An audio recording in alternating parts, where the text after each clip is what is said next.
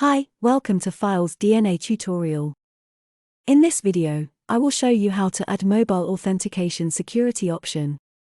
Click on your profile and select User Verification. Select option Security Settings. Here you can manage your user security. We have a lot of great options to choose from.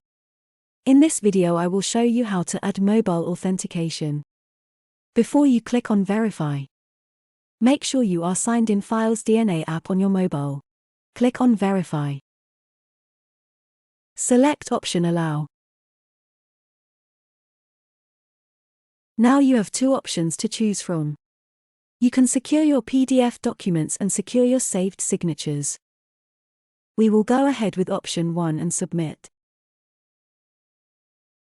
Well done. You have added the mobile authentication security option. I hope you enjoyed the tutorial. See you next time.